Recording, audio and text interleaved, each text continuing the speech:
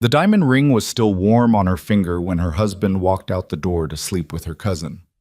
Vivian Mercer stood alone in a presidential suite worth $12,000 a night, still wearing the wedding gown he'd never bothered to touch, listening through the cracked bedroom door as Roman DeLuca laughed into his phone about marrying the overweight daughter who came with a shipping empire.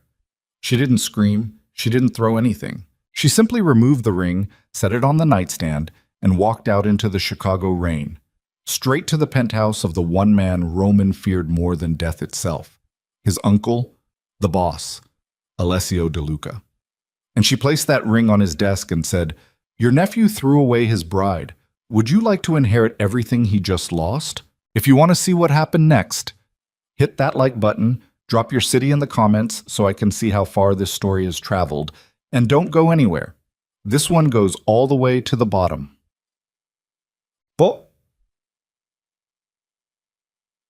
The flowers were white calla lilies, 300 of them, arranged in cascading spirals down the length of 6 banquet tables inside the Grand Meridian Hotel's Imperial Ballroom, their stems wrapped in satin ribbon the color of old ivory.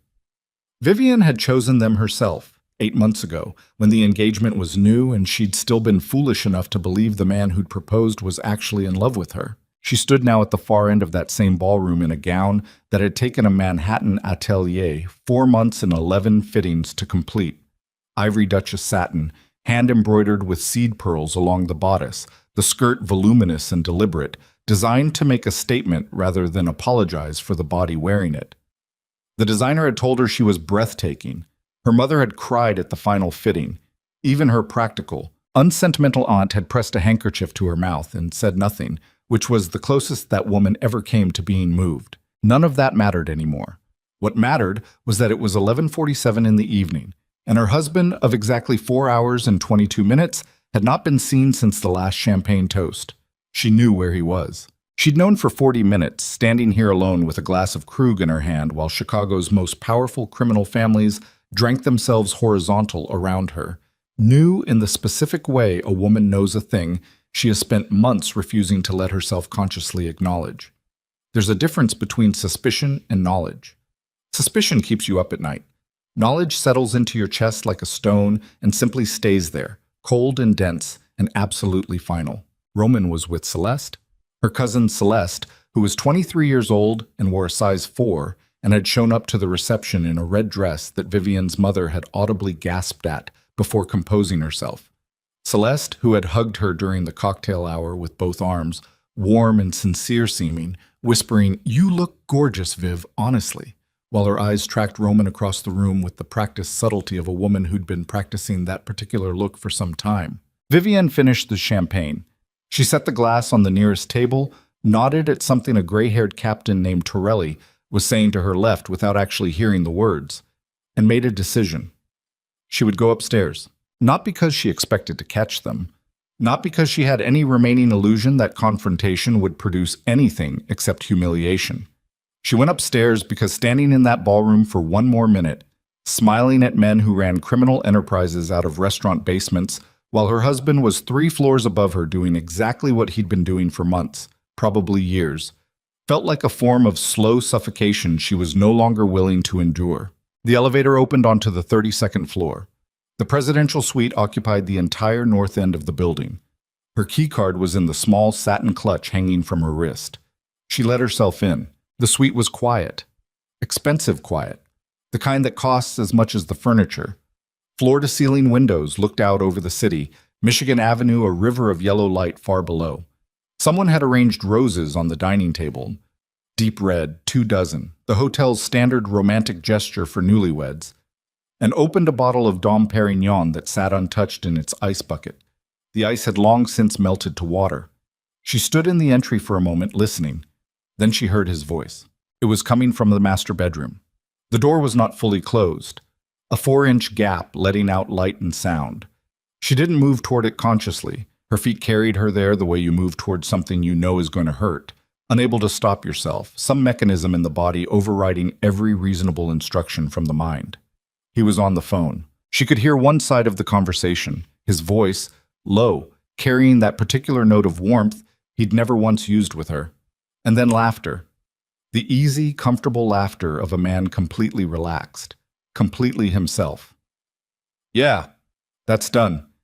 Ceremony was a goddamn circus, but it's over. Signed, sealed. A pause. Don't be like that. This was always the plan. You know what Mercer Shipping is worth to the waterfront contracts alone? Her father was never going to deal directly with us. I needed the name on the paperwork. Vivian's right hand found the doorframe. She gripped it. She's what she is. Overweight. Decent enough face, I guess, if that's what you're asking. But come on, you think I'd actually... He laughed again, that same loose, comfortable sound. No man wants a woman like that. This was leverage, that's it. Leverage in a wedding dress. She released the doorframe. She stepped back.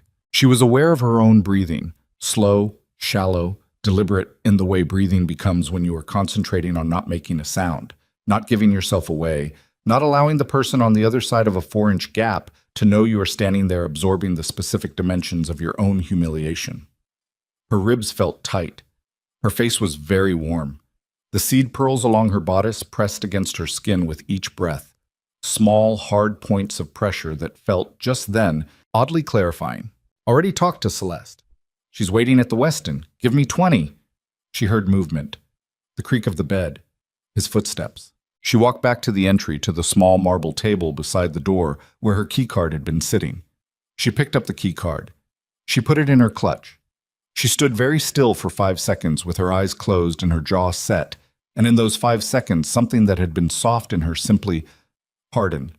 Not in a dramatic way, not like a transformation, more like a door closing quietly in an empty room. Roman emerged from the bedroom.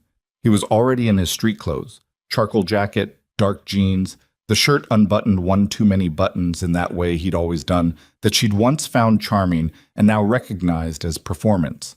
He was not expecting her. He stopped when he saw her.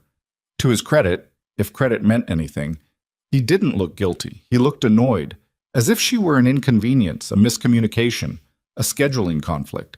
Vivian. Not Viv. Not Honey. Just her full name, clipped, impersonal, the name on a contract. Going somewhere? She asked. Her voice was level. She was surprised by that. Business. He moved to the console table, picked up his wallet. On our wedding night. I said business. He pocketed the wallet and looked at her for the first time. A quick sweep, the look a man gives a thing he is in the process of dismissing. Don't make this difficult. She looked at him.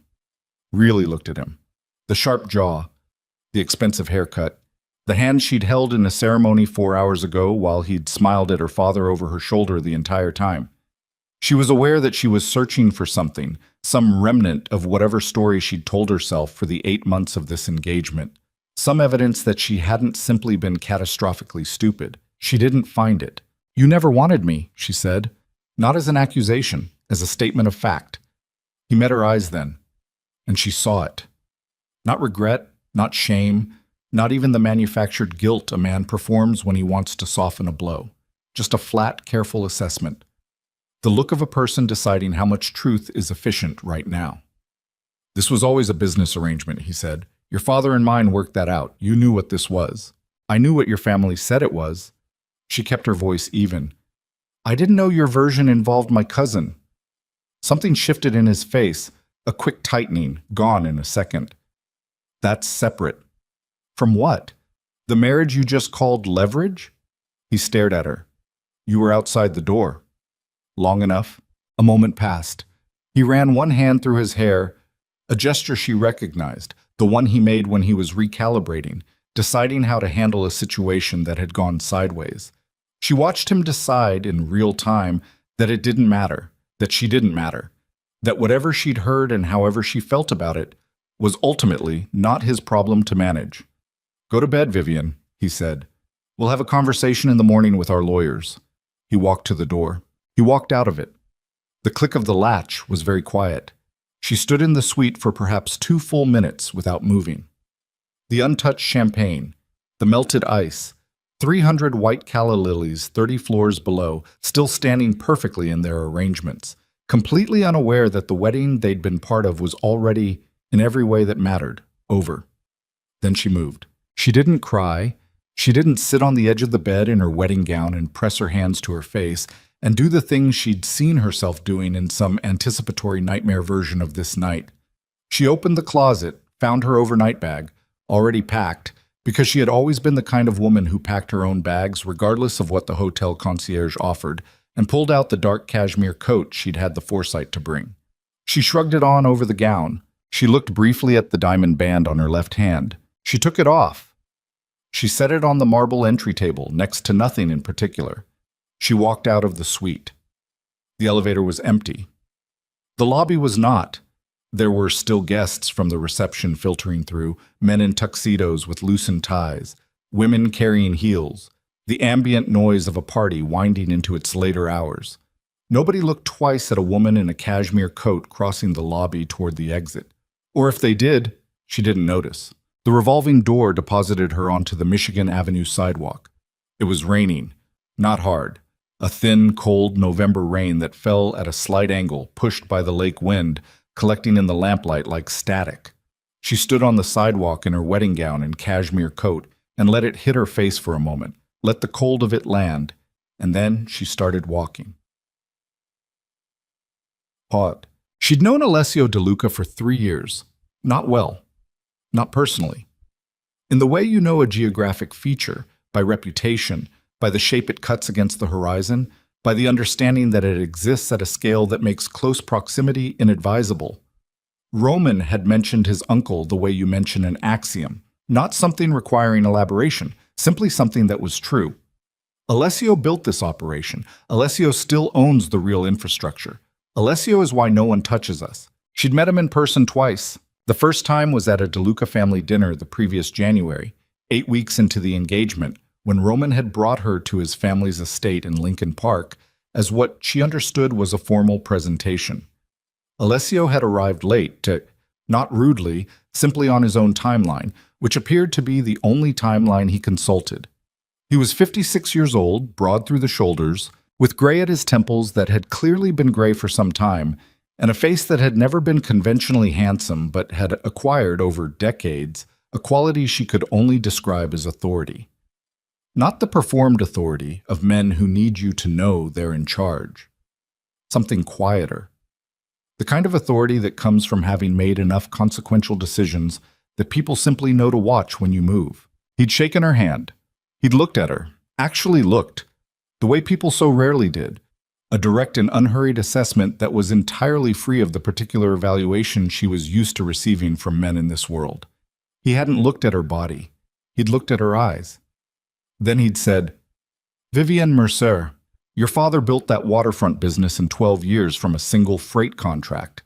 I've always respected that." She hadn't known what to do with that. It wasn't a compliment aimed at making her comfortable. It was simply information he was sharing because it was relevant and true.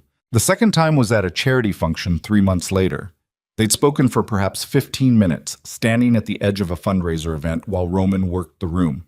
She'd asked him something about shipping insurance regulations, a real question, not a conversational gesture, and he'd answered it in specific, accurate detail, and then asked her 3 follow-up questions that demonstrated he'd actually listened to the first one. She'd thought about it afterward, that conversation. She hadn't told anyone she'd thought about it. The Wicker Park address where Alessio kept his private residence was not a secret, exactly, but it was not the kind of address you found on any public record. She knew it because Roman had mentioned it twice in passing. Uncle is at the Wicker Park place, and she was the kind of woman who retained addresses the way other people retained phone numbers. It was a 4-story brownstone at the end of a private block, unmarked, the building's face giving nothing away. There was a black SUV at the curb, 2 men near the entrance, not uniformed, not obviously armed to the casual eye, but positioned with the particular stillness of men who were absolutely armed. She walked up to them in her rain-soaked wedding gown. The taller one moved to intercept. "I need to speak with Alessio De Luca," she said. The man looked at her, then at the gown, then back at her face with an expression she couldn't immediately categorize, somewhere between confusion and something approaching alarm. "He's not receiving—" "I'm Vivienne Mercer," she said. "I was married to his nephew 4 hours ago. Tell him the bride is at his door." She watched the man process this.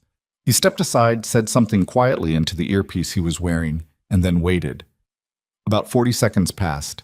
Then he said something else, and then he looked at her. "Come in," was him. The interior was nothing like she'd expected, which was itself something she noted. She'd anticipated the aesthetic common to powerful men in Roman's world. The heavy furniture, the territorial artwork, the visible accumulation of taste as a form of dominance. What she found instead was a space that felt genuinely lived in. Bookshelves that were actually used, the spines cracked and uneven. A large table near the window with architectural drawings spread across it, the corner held down by a coffee mug. A lamp casting warm light over a leather chair where someone had clearly been sitting recently, a legal pad beside it covered in small, close handwriting. She was brought to a study off the main hall. Alessio was standing when she entered. He was dressed simply. Dark trousers, a gray shirt with the sleeves rolled to the elbows, no jacket. There was a glass of something amber on the desk. His expression when he saw her was, she would think about this later, not surprise. It was the expression of a man who has learned to receive information without performing a reaction to it. Careful neutrality, suspended assessment.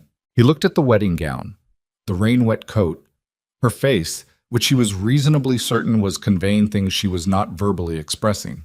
He said, "Sit down." She sat. He remained standing, but not in the way men stand when they want you to feel at a disadvantage, more like he was simply still deciding how much space this moment required. "Tell me," he said. So she did. She told him plainly and without embellishment, because she was the daughter of a man who'd built a freight empire on the principle that clarity costs less than confusion. She told him what she'd heard through the bedroom door. She told him what Roman had said. She told him about Celeste and the Weston. She told him about leverage in a wedding dress, and no man wants a woman like that, speaking those phrases without any particular emphasis because the emphasis was already in the phrases themselves. Alessio did not interrupt. When she finished, there was a silence that lasted perhaps 10 full seconds. He picked up the glass of bourbon. She could smell it from here, turned it once in his hand without drinking. "How long have you known about Celeste?" he asked. The precision of the question made her pause. He'd gone straight to the thing that mattered most. Not, "Are you okay?" or "This is terrible," but the structural question, the one about intelligence and timeline. She respected that even as it slightly unnerved her. "Suspected for 4 months. Confirmed tonight." "And your decision to come here rather than—" He made a gesture with the glass, something non-specific, elsewhere. "Is based on what calculation?" She reached into her clutch, removed the diamond band, set it on the desk between them. "Your nephew threw away his bride," she said. "Would you like to inherit everything he just lost?" He looked at the ring. He looked at her. What she'd expected, she realized she had not actually thought through what she expected. She'd been operating on something beneath strategy, some animal-level navigation through a terrible night, the body moving before the mind had caught up. She'd expected perhaps shock, amusement, a measured refusal. "Some version of you should go home and consult a lawyer." He said, "What do you understand about what Roman stood to gain from this marriage?" "Full operational access to Mercer Shipping's waterfront contracts. 4 deep-water berths that your family hasn't been able to control because my father refused to deal with anyone who didn't have a legitimate name attached to the paperwork. My name on Roman's name would have legitimized the transaction. That's what I understand." "And your father's position now that the marriage has occurred?" "He'll know by morning." She paused. "He'll be furious. Not at me. My father is not a man who blames the party who was deceived. He'll be furious at Roman, and by extension at the De Luca family's decision to approach his daughter as a business instrument, and then he will begin the process of untangling every contract that Roman was counting on." Alessio set down the bourbon. He was quiet for a moment, and she watched him process what she'd said. Not the emotional content, which she could see he was holding in suspension, but the structural implications. She watched him trace the cascading consequences of Roman's gamble failing on its first night. It took him about 20 seconds. "Roman's expansion into the Midwest corridor depends on 3 pieces, he said slowly, as if thinking aloud. "The downtown commercial real estate, the labor union contracts through Halverson, and the waterfront." He looked at her. "Without the waterfront, the other 2 are a property without a foundation." "Yes." "He doesn't understand that." "No," she said. He thinks acquiring a name is the same as acquiring what the name means. My father's name means 40 years of relationships with every port authority, every insurer, every independent freight captain working the Lake Michigan corridor. Roman bought the ceremony. He didn't buy any of that. Alessio was quiet again. The silence was different from the first one. Longer, more deliberate. The silence of a man in genuine consideration rather than simply absorbing information. "What are you proposing?" he asked. "I'm proposing you consider an alliance with the entity Roman just discarded." She kept her voice level. "My family's business intact, my father's trust restored by association with someone he might actually respect. Your name attached to the waterfront contracts through a more honest arrangement, and Roman stripped of the access he never deserved. And for you personally?" It was a direct question, and she gave it a direct answer. "I want to not be the woman who was abandoned in a hotel room on her wedding night. I want to not spend the next 5 years in a legal war with a man who called me leverage while his lawyers tie up my family's assets. I want—" She stopped, chose the next word carefully. "Agency." He studied her for a long moment. "You're 29 years old," he said. "Yes. I'm 56. I know that. You walked through rain in a wedding gown to propose an alliance to a man who runs the most dangerous criminal organization in this city." "Correct." He stood. He walked to the window overlooking the dark street, his back to her for a moment. She could see his reflection in the glass. His expression not fully readable, even reflected, but something in the set of his jaw had shifted. "What you're describing isn't a small thing," he said, still facing the window. "No. It will fracture the DeLuca family. Roman will not accept this quietly. Men will choose sides. Some of those men will be violent about it. I know what world you operate in." He turned. "Do you?" She met his eyes. "I've been adjacent to it for 3 years, studying it for self-preservation. I understand leverage and alliance and what happens when a powerful man is publicly embarrassed by another powerful man with a better hand. I understand the risks." She paused. "I'm here anyway." Something moved through his expression, not quite a smile. Too constrained for that, too careful. Something more like recognition. "I'm not Roman," he said. "Whatever arrangement I make honestly. That's why I came here," she said, "and not somewhere else." He looked at the ring on the desk. "I'll call my attorney tonight," he said finally. "There are steps that need to happen in the correct sequence. Your father needs to be contacted before dawn." He looked up. "This is not going to be simple." "I know. And I will not pretend that it will be." "I'm not asking for pretending." She held his gaze. "I've had enough of that for one night." Another silence, shorter this time. "You'll stay here tonight," he said. "There's a guest suite on the 3rd floor. My housekeeper will find you something dry." "I don't need—" "You're in a wedding gown, you're soaked through, and it's 42 degrees outside." His voice was even, practical, entirely without condescension. "This isn't hospitality. It's logistics." She looked at him for a moment. "All right," she said. He nodded once. He moved to the desk and picked up his phone. Not to call, she realized, but to place it face down in a deliberate gesture, setting aside whatever business had occupied him before she arrived. "There's one thing I want to ask you," he said. "Ask." "When you heard him through the door." He chose his words with care. "Was there any part of you that considered going back in and trying to fix it?" She thought about the 4-inch gap, the lamplight, his laughter. "No," she said.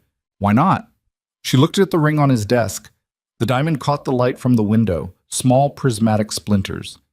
"Because you can't fix something that was never meant to work," she said. "You can only decide how long you're willing to stand outside a closed door pretending you didn't hear what you heard." Alessio looked at her for a long moment. "Get some rest," he said quietly. "Tomorrow is going to be complicated." She stood. She picked up her clutch. She moved to the door. "Vivian." She turned. He hadn't moved. He was standing exactly where he'd been, the bourbon untouched, the ring still on the desk between them, the architectural drawings still spread on the table in the next room, as if waiting for the night's interruption to pass. "Whatever Roman said about you," he said, and his voice was entirely without theater. He was describing his own limits, not yours. She looked at him. She didn't say anything. There was nothing to say that wouldn't diminish the statement by responding to it.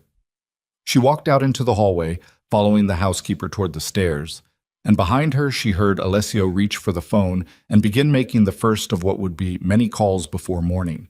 His voice low and deliberate in the study, already setting in motion the machinery of a decision that neither of them, standing in that first hour of what it was, fully understood yet. But understanding wasn't the thing she needed right now.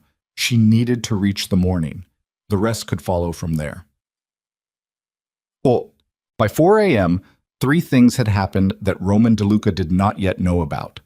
The first was that Vivian's father, awakened at 2:15 by a call from Alessio DeLuca, a man he'd respected for 20 years and carefully avoided doing business with for equally as long, had listened to a 9-minute summary of the evening's events, and then said, in the even, precise tone of a man who has built a freight empire by never making decisions in anger, "Tell me what you need."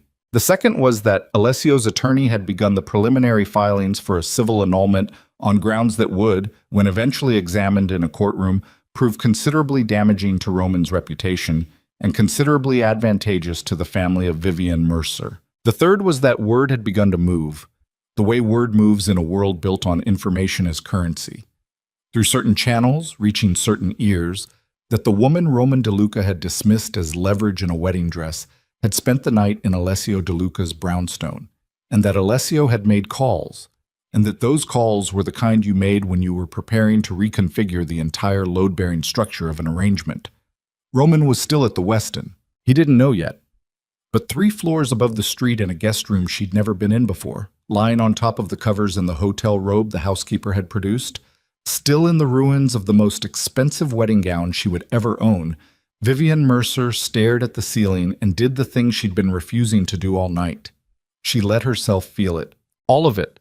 The humiliation, the specific quality of hearing yourself described as worthless through a gap in a door, the months of willful blindness, the slow erosion that she hadn't called erosion because calling it that would have required admitting what was being eroded. She felt the weight of it settle. She didn't fight it. There was no point fighting something that needed to be felt before it could be set aside. She lay there for perhaps 20 minutes. Then she stopped. She turned her face to the window where the first gray light of a November dawn was beginning to press against the glass, and she thought about what Alessio had said. Not the version of it she'd heard in Roman's voice, the dismissal, the accounting, the cheerful cruelty of no man wants a woman like that. But the other one, the one in the study standing against the window, not performing anything. He was describing his own limits, not yours. She hadn't cried. She still didn't. But something in her chest that had been locked for a long time, not healed, not resolved, simply locked, packed away in the efficient manner of a person who doesn't have time for it right now, shifted. A small, interior shift, the kind that doesn't announce itself. She closed her eyes. And across the city, in the hotel room he shared with her cousin, Roman DeLuca's phone began to ring with the first call of the morning, his chief lieutenant's voice tight with something Roman would not identify, in the first disoriented seconds of waking, as fear. Roman DeLuca did not take the call. His lieutenant, Marco Reyes, tried 4 times between 6:15 and 6:42 in the morning, before Roman finally silenced the phone entirely and rolled over in the Westin's $900 sheets, with the specific irritability of a man who believes the world can wait 24 hours out of respect for his wedding night.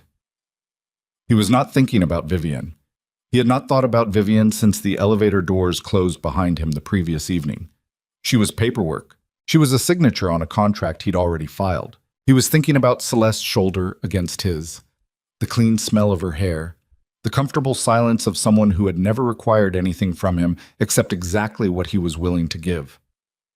At 7:03, the door of the suite opened without a knock. Marco had a key card. He'd gotten it from the front desk by showing a face that communicated, without words, that refusal was not a productive option. Roman sat up. What the hell? She's gone. Marco was 31, compact, with the face of a man who'd learned early that showing emotion was expensive. Right now his face was showing something. Roman registered it and didn't like it. Vivian. She never came back downstairs last night. The suite's empty. Her overnight bag is gone. Roman stared at him. So she left. He reached for the water glass on the nightstand. Fine, Let her calm down. I'll have the lawyers call her father this. She went to Alessio. The water glass stopped. Roman set it down with a careful, deliberate movement, the kind of movement that happens when the hands need something to do while the mind catches up. Say that again. Gio was on the door last night. Said she came to the Wicker Park building around 1 in the morning, wedding gown, rain-soaked. Alessio let her in. She was there until at least 4. We don't know if she left after that because Gio's shift ended and the guy who relieved him didn't know who she was and didn't report in. Marco paused. Alessio's attorney filed preliminary annulment paperwork at 5:45 this morning. It came through the county clerk's office. My guy flagged it. The room was very quiet. Celeste was asleep on the other side of the bed. Roman became aware of her breathing, slow, even, completely unconcerned with the conversation happening 18 inches from her. He stood up. He moved to the window in the hotel robe, looking out at a Chicago morning that was gray and cold and entirely indifferent to his situation. Preliminary, he said. Yes. Not filed. Filed, but preliminary. There's a process. Marco's voice was neutral, informational. But Roman. If Alessio is backing this, the process moves fast. His people know every clerk in that building. Roman pressed his knuckles against the window glass. The cold came through immediately. She has nothing, he said. The marriage is legal, signed and registered. She doesn't have grounds. The filing cites misrepresentation of marital intent. Marco didn't look at Celeste. He was professional enough for that. That's the language, misrepresentation of marital intent. That's not a legal standard. Roman. Marco said his name the way you say a name when you need someone to stop talking and start listening. Alessio made 3 calls before 6 this morning, 1 to Vincent Mercer, 1 to Judge Hartley, 1 to Dominic Farrow at the Port Authority. I don't know what he said, but Farrow's assistant called our waterfront liaison at 6:30 and told him that the contract review process for the Lake Street berths has been suspended pending, he read from his phone, resolution of beneficial ownership questions regarding affiliated corporate entities. Roman turned from his window. That's our expansion, he said. Flat. Not a question. That's your expansion, Marco said. Yes. The silence that followed was of a different quality than the ones before it. This one had weight. Roman was not a stupid man. That was the thing people sometimes underestimated about him. They looked at the performance of him, the expensive suits and the easy charm, and the way he filled a room by treating it like territory, and they read vanity where there was actually calculation. He had calculated 8 months ago that Vivian Mercer was the cleanest path to the waterfront. He had calculated that her father's objections to direct DeLuca involvement in his business could be routed around through a marriage that gave the Mercer name legitimate association with the DeLuca operation. He had calculated that Vivian herself was manageable, smart enough to be useful, self-contained enough not to cause drama, and ultimately a woman who would understand in time that the arrangement was what it was. He had not calculated Alessio. He had not calculated specifically that Vivian would go to Alessio, not because the idea was impossible. In retrospect, it was perfectly logical, but because it required him to have considered her capable of that kind of move, and he hadn't. He'd looked at her and seen the thing he'd decided she was, the overweight daughter, the inconvenient piece of a transaction, the woman who would be grateful for the name. He had not looked past that. He had not looked at her eyes the way his uncle apparently had, and seen what? What had Alessio seen that Roman had stood next to for 8 months and entirely missed? That question was the one that would bother him longest. But right now it was 7:09 in the morning, and he had a more immediate problem. Get the car, he said. Alessio's offices occupied the 4th floor of a commercial building in the near north side that, to all public documentation, belonged to a property management company called Lakeview Holdings, LLC. The building itself was unremarkable. The elevator required a key card above the 3rd floor. The 4th floor had no listing in the directory. Roman didn't use the elevator, used the hip. He took the stairs because standing in an enclosed metal box for 40 seconds felt, this morning, like something that might make him do something inadvisable. He pushed through the stairwell door and walked the length of the corridor and did not wait to be announced. The outer office had 2 men in it. They stood when he entered. He's expecting you, said the one on the left, which was the thing Roman hated most about this situation, that Alessio was already ahead of it, already receiving him on his own terms, already in the position of the man who knows what's coming and has had time to decide how to receive it. He went through.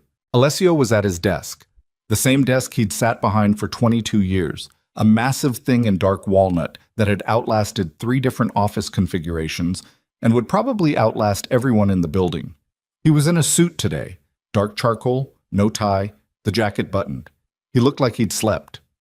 Roman had not slept. He did not stand when Roman entered. "Sit down," Alessio said. "I'll stand." "All right." He folded his hands on the desk. "Say what you came to say." Roman looked at him. His uncle. The man who had taught him, at 15, how to read a contract, who had explained over a dining room table in Lincoln Park that power was 90% patience and the rest was being willing to do what the person across from you had decided not to do. Who had handed him increasing operational responsibility over the past 6 years with the slow, deliberate generosity of a man genuinely trying to build something that outlasted him. "You have my wife," Roman said. "I have a woman who presented herself at my door because her husband left her in a hotel room on their wedding night to go sleep with her cousin." Alessio's voice was absolutely even. "You'd like to characterize that differently? You're welcome to try. She came to you with a proposal. She came to me with the truth. The proposal followed from that. Whatever she told you, Roman." The way he said the name stopped the sentence cold. Not loud, not hard, just final. "I know what she told me. I also know what you said over the phone last night before she left the suite, because she told me that too, and because I recognize the specific kind of damage that conversation does to a person, and I believe it happened." He paused. "Do you want to tell me I'm wrong about what you said?" Roman's jaw tightened. "It's a business arrangement," he said. "It was always a business arrangement. Her father understood that. Her father understood he was agreeing to a marriage," Alessio said. "Not an acquisition. There is a difference, and you know there is. And you made a choice to behave as though there wasn't, because it was easier for you." He stood now, and he was taller than Roman remembered. Or maybe it was simply that this morning the height meant something it hadn't before. "You embarrassed this family. You embarrassed a woman who came to that ceremony in good faith. And you did it sloppily, which is the part I actually find inexcusable. Sloppily." Roman's voice had gone tight. "That's the part. Yes, because the rest I might have worked around. The strategic miscalculation, the personal choices, those are between you and whatever you can live with. But you did it on the wedding night. You left her alone in that suite and went to the Westin and got on a phone call in a room where the door wasn't fully closed." He looked at his nephew. "That's not cruelty. That's carelessness. And careless men lose things. She's not a thing to lose." "No," Alessio said. "She's considerably more than that. Which is, again, something you had 8 months to notice." Roman crossed the distance between them in 3 steps. He was close enough now that there was nothing casual about the proximity. It was confrontational, physical, the body communicating the thing the voice was still trying to keep measured. "You want her," Roman said. "That's what this is. You saw an opportunity, and you used her to take a run at the waterfront contracts that I spent a year building toward, and you're—" "Be very careful," Alessio said quietly. "Dressing it up as some kind of moral position, but you're doing exactly what you're accusing me of, using her." The pause that followed was 5 seconds, which is longer than it sounds when 2 men are standing close enough to feel each other's breath. "I proposed an alliance," Alessio said. "An honest one. The terms are transparent and they benefit the Mercer family and this organization equally. What I am not doing, what I have never done in 30 years, is lying to a person about what I want from them." He stepped back, a deliberate de-escalation that was somehow more powerful than holding the ground. "That distinction matters to me. I understand it doesn't mean much to you right now. But it's real." Roman stared at him. "If you file the annulment," he said slowly, "and you move forward with whatever arrangement you've made with her, you understand what that does to the family. The captains. Torelli and Bianchi are already loyal to you. They'll follow whatever you decide. But Crespo and Valdez came up under me. They're not going to accept this quietly. I know. This breaks the DeLuca operation in half. I know that too, and you're willing to do that." Roman's voice had changed. The anger still there, but underneath it something raw, Something that was less about Vivian or the waterfront and more about the specific grief of a man realizing that someone he thought would protect him under any circumstances has found a circumstance. For her. Alessio looked at him for a long moment. For the principal, he said. She happened to be the person standing on it. Roman turned and walked out without another word. Vivian spent the morning in the third-floor guest suite with her father's voice in her ear and a yellow legal pad on the writing desk in front of her, making notes in the precise shorthand she'd used since her first year working in the Mercer shipping offices at age 19. Vincent Mercer was 64 and had the voice of a man who'd spent 4 decades in negotiations where the stakes were real, which meant he had learned to modulate precisely, warm when warmth was efficient, cold when cold was necessary, and right now he was neither. He was careful. Tell me again about the filing. Preliminary annulment. Alessio's attorney moved fast. The grounds are misrepresentation of marital intent. She kept her voice steady. The conversation required steadiness. Her father had not once, in the 45 minutes they'd been on the phone, said anything about how she was or whether she was okay, because that was not how Vincent Mercer operated. And also because she'd led with Dad. I'm fine in the first 30 seconds specifically to prevent that conversation from taking up space. That's going to require documentation. I have documentation, she said. Or I will. I know where Celeste was last night. I know the hotel. The name will be on the register. A pause. You moved quickly. I had to. Yes. A longer pause. You trust this man. It was not quite a question. I trust his motives to be aligned with mine, she said carefully, for the same reasons that a good freight contract is trustworthy. Not because of sentiment, but because the terms are clear and both parties need it to work. That's a cold way to describe a marriage. I'm not married to him. She stopped. Not yet. The silence on the line had a particular texture. Vivian. Her father's voice had shifted very slightly towards something she almost never heard from him. If this man, Alessio, if at any point this becomes something that hurts you in a different way than last night, then I will handle it, she said, the same way I'm handling last night. Another silence. All right, he said finally. I'll be in Chicago by this afternoon. Don't sign anything before I arrive. I know, Dad. And Vivian? Yes. What Roman said. His voice was entirely flat now, flat and very precise, the voice of a man making an official statement for the record. What he said about you. I want you to know that I spent 37 years building a business that I intended to leave to the most capable person I raised, and that person is you, and no man who spent 8 months in your presence and walked away from it with the conclusion he walked away with has any claim on your attention, your time, or a single thought in your head going forward. Du? Bosan. She gripped the pen. Okay, she said quietly. I'll see you this afternoon. The call ended. She set the phone face down on the desk and stared at the yellow legal pad for a moment. Then she uncapped the pen and kept writing. By 2 in the afternoon, the DeLuca family fault lines that Alessio had predicted and Roman had threatened were already beginning to show. Captain Renzo Crespo called the Wicker Park brownstone at 1:47 and asked, in the careful, formal language men in that world used when they were actually asking something else entirely, whether the reports he'd been hearing since morning were accurate. He was told they were. He said he would need time to consider his position. He was told to take the time he needed. Captain Luis Valdez did not call. He drove to Roman's apartment in River North and was seen arriving at 2:15, which meant, by the logic of that world, that he had already decided. Alessio received these reports from Marco, who was, it turned out, more sophisticated in his loyalties than Roman had assumed, operating in the space between the two men with the careful professionalism of someone who understood that information was more valuable than allegiance, and that the direction of power in this situation was, as of this morning, no longer ambiguous.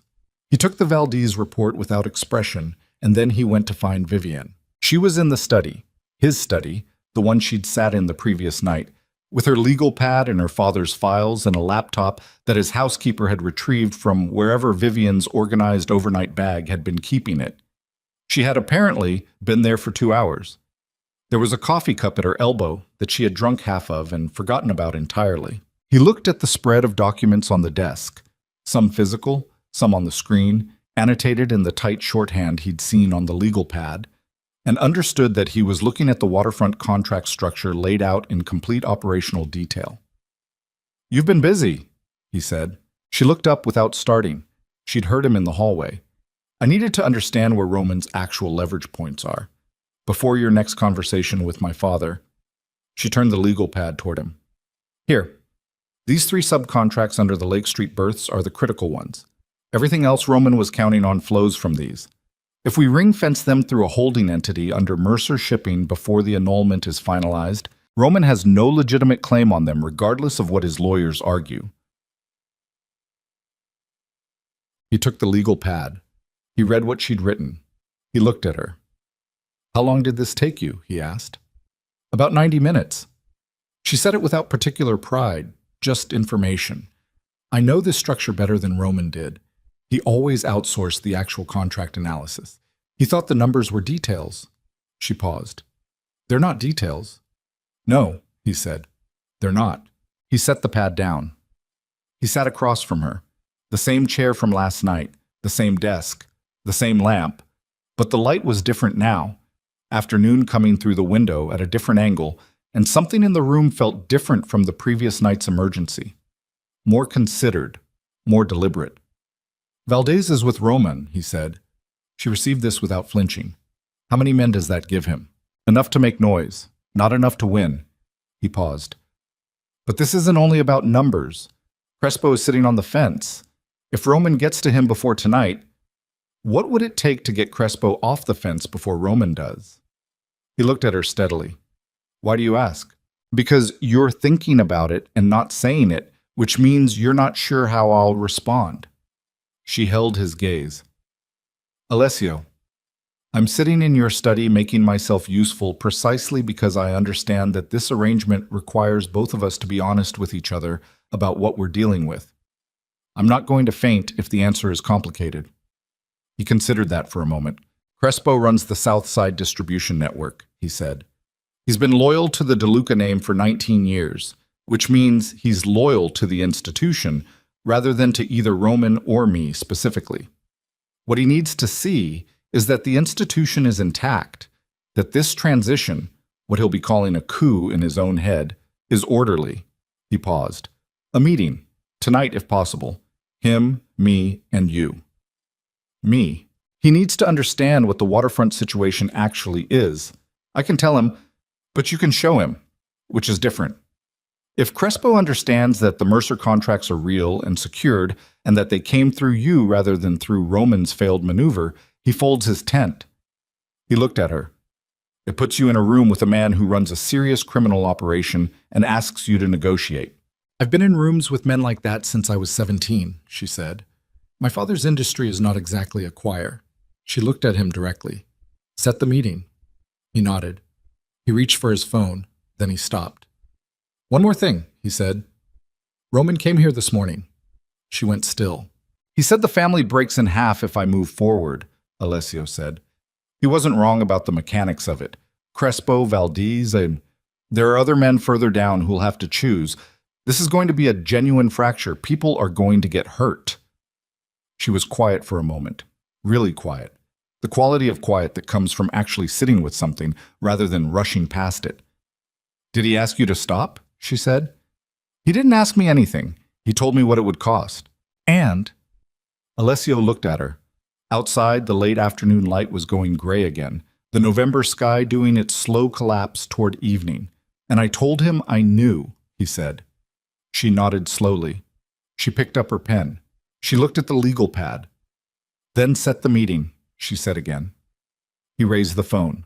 And across the city, in the River North apartment where Luis Valdez had been sitting with Roman DeLuca for the past 2 hours, a decision was being made that neither Alessio nor Vivienne knew about yet. A conversation that had moved in the last 20 minutes from loyalty to logistics to the kind of specific operational planning that was no longer theoretical, the kind that had a timeline and a location and a list of names, Roman's voice careful and deliberate as he described, to the one man who still stood fully in his corner, exactly what he intended to do at the International Peace Summit in 3 days' time, and exactly which name was at the top of the list. The meeting with Crespo happened at 9 that evening in a private dining room above a restaurant in Bridgeport that had been serving the same three pasta dishes since 1987 and had never once appeared in a food review because the people who ate there preferred it that way. Renzo Crespo was 61 years old, heavy-set, with the particular stillness of a man who had learned that moving slowly in a room full of fast people was its own form of power. He'd been with the DeLuca operation since before Roman was born. He'd watched Alessio build it. He'd watched Alessio, carefully and over years, begin the process of stepping back. And he'd watched Roman step forward into that space with the confidence of a man who'd inherited a toolbox and assumed that owning the tools meant knowing how to use them. He arrived before they did. That was intentional. When Alessio came in with Vivienne beside him, Crespo looked at her the way he'd looked at things for 40 years. A long, unhurried assessment that started at her face and didn't travel anywhere else, which told her something about him immediately. "Vivienne Mercer," he said. Not a greeting, a confirmation. "Captain Crespo." She sat. She did not wait to be invited to sit. He looked at Alessio. "She's direct." "Remarkably," Alessio said. Crespo poured himself wine from the carafe on the table. He did not pour for either of them. That was also intentional. A small, territorial gesture, the kind that tested whether you'd react. Vivienne reached across, picked up the carafe, and poured 2 glasses without asking. She set one in front of Alessio and kept one for herself. Crespo watched this. Then, very slightly, he smiled. "All right," he said. "Talk." She talked. Not about Roman, not about the wedding night, not about any of the personal architecture of the previous 24 hours. Because none of that was Crespo's concern, and she understood instinctively that a man like him would lose respect for anyone who led with personal grievance. She talked about the waterfront. She talked about the 3 Lake Street subcontracts and the holding entity structure and the specific financial exposure Roman's original plan had created, a vulnerability he hadn't noticed because he'd never read past the executive summary of any document she'd ever watched him receive. She laid it out in 12 minutes, clean and sequential. And when she finished, Crespo was looking at the paper she'd brought with an expression that was not quite surprise, but was something adjacent to it. "He didn't know about the exposure," Crespo said. "He knew the number he wanted," she said. "He didn't know where it came from." Crespo looked at Alessio. "Where did she come from?" "Her father's shipping operation," Alessio said. "She's been running the contract analysis division since she was 22. Crespo looked at her again. He picked up his wine. "Roman told Valdez you were—" He stopped. He was a man with enough self-awareness to hear how the sentence was going to end and choose not to finish it. "I know what Roman told people about me," she said evenly. "That's his characterization of a woman he spent 8 months failing to pay attention to. It's not relevant to the contracts." Crespo put the wine down. He leaned back in his chair and looked at the ceiling for a moment, the look of a man doing a private calculation. "If I stay where I am," he said finally, still looking at the ceiling, "and Roman tries to move against this arrangement, what's my exposure?" "None," Alessio said. "Your network operates independently. You've never been structurally connected to Roman's expansion plans. You stay neutral, you're untouched. And if I come across to your side formally, then you're part of whatever this becomes," Alessio said, "which, based on the last 12 minutes, has considerably better infrastructure than what you've been watching Roman build." Crespo lowered his eyes from the ceiling and looked at Vivienne. "You'd be the one handling the waterfront logistics." "Yes." Reporting to Alessio. "Working alongside him," she said. "There's a difference." Another small silence. "Yes," Crespo said slowly. "I suppose there is." He reached across this table and poured himself more wine, and this time, without being asked, he refilled both their glasses too. They were back at the brownstone by 11. Vivienne went upstairs to change out of the clothes she'd borrowed from Alessio's housekeeper, a woman named Elena who was 63, entirely unflappable, and had produced a black blazer and dark trousers that fit well enough for a meeting without a word of commentary. She came back downstairs in 20 minutes to find Alessio on the phone in the study, his voice low and rapid, and she went to the kitchen instead and made coffee because her hands needed something to do and because she'd been awake for over 30 hours, and the alternative to coffee was sleep, and sleep was not yet available to her as an option. She was standing at the counter with the mug when Elena appeared in the doorway. "There's an envelope," Elena said. It was under the front door, addressed to you. Vivian looked at her. To me specifically? Your name on it. She took it. Plain white envelope, her full name in printed block letters. Not handwritten, printed, careful, and anonymous. No return address. She opened it at the kitchen counter. Inside was a single sheet of paper. Printed. 3 paragraphs. She read it once quickly, the way you read something when you're still processing the fact that it's real. Then she read it again slowly, each line. It was a shipping manifest, or a portion of one, specifically a cargo manifest for a freight vessel called the Alderton Bay, flagged out of Panama, scheduled to arrive at the Lake Michigan Industrial Port in 72 hours. The manifest listed the cargo as agricultural equipment. Standard enough, the kind of generic description that moved through Port Authority documentation 100 times a week. What was not standard was the second page, also printed, also precise.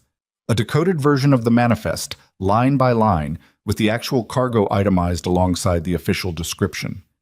Agricultural equipment was, according to this document, 400 kilograms of unregistered military-grade ordnance, 2 crates of communications equipment matching the specifications of anti-surveillance jamming devices, and a passenger list of 11 names that meant nothing to her at first reading. She turned to the third page. The third page was not a manifest. It was a schematic, a building layout, and she recognized it. Not because she'd been there, but because the summit had been covered extensively in the news coverage she'd absorbed over the past 3 years of living adjacent to this world. The Harborview Convention Complex on the South Lakefront, where the International Peace Summit between 4 major organized crime syndicates was taking place in 72 hours, where Alessio De Luca was scheduled to be as the senior De Luca representative, negotiating the terms of a cross-border freight arrangement that had been 3 years in the making and would, if successful, legitimize a significant portion of the organization's commercial operations. On the schematic, a specific room was circled, the room where Alessio's delegation would be seated. She set the papers down on the counter. Her coffee was getting cold. She didn't notice. She stood very still for 10 seconds, her hands flat on the counter, and she moved through the information the way her father had taught her to move through a bad contract. Not with panic, but with sequence. What is this? Where did it come from? What does it mean? What happens if it's real? What happens if it isn't? If it was real, Roman was not planning a political war within the De Luca family. He was planning to end the war in 72 hours by removing Alessio entirely. If it wasn't real, if it was fabricated, planted, designed to make her do something rash, then someone had her name, knew she was here, and had access to this building's front door. Neither option was good. She picked up the papers and walked back to the study. What? Alessio was off the phone. He was standing at the window again. She was beginning to understand that the window was where he went when he was working something through, the city providing some kind of ambient data that his brain used to think. She put the papers on the desk without saying anything. He looked at her face first, then at the papers. He picked them up. She watched him read. She watched his face do the same thing hers had done. The quick first pass, the slower second read, the specific stillness that came over him when he reached the schematic on page 3. He set the papers down. The envelope came how? He said. Under the front door. My name on it. Printed? Yes. He was quiet for a moment. Anyone who knew your name was here and had access to a printer and a De Luca shipping manifest. Which is either someone very close to Roman, she said, or someone who wants us to think Roman is planning this, which accomplishes the same result. We pull Alessio from the summit, and Roman's peace deal falls apart without him needing to do anything. He looked at her. You've already worked through both possibilities. Yes. And the manifest coding on page 1 is real, she said. I know what falsified shipping manifests look like. My father's team dealt with 3 of them in the past 8 years. Fraudulent freight claims, insurance issues. The format, the flag registration number, the Port Authority stamps. Those aren't forged, which means someone with access to actual operational documents gave this to me, which points back to someone inside. Yes, he sat down heavily. Not in the manner of a man defeated, more like a man who has just had confirmed something he'd been hoping wasn't true, and the confirmation requires him to stop standing. Marco, he said quietly. She waited. Marco has been reporting in both directions, Alessio said. I've suspected it for 2 days. He's too well informed about Roman's movements for someone who's supposed to be neutral, but this... He touched the edge of the papers. He would have access to the manifest. He handles freight liaison for the East Side operations. So Marco gave me this, she said slowly, which means either he's switching sides and giving us a genuine warning, or Roman sent it through him deliberately to make us pull out of the summit. She sat down across from him. The kitchen had gone quiet behind her. Elena had disappeared. The brownstone at this hour felt very still, the city outside muffled by the old building's thick walls, and she had the sudden acute awareness that she was in the center of something that had gone well beyond a wedding night and a contract negotiation, something with a body count attached to it that she had not, standing in the rain on Michigan Avenue 24 hours ago, fully calculated. If you pull out of the summit, she said, what happens to the peace deal? 3 years of negotiation dissolves. The Harborview meeting is the only window. The other parties fly in from overseas. They don't reschedule for personal security concerns. They take it as a signal that DeLuca isn't serious. He paused. And Roman, who spent the last 6 months quietly making himself known to at least 2 of those parties as an alternative point of contact, Roman steps into that space. She closed her eyes for a second. So if the threat is real and you go, she said, Roman has an assassination team. Potentially. And if the threat is false and you don't go, Roman gets the summit anyway. Yes. She opened her eyes. Call Marco. Alessio looked at her. Right now, she said. Call him. Don't tell him you know about the envelope.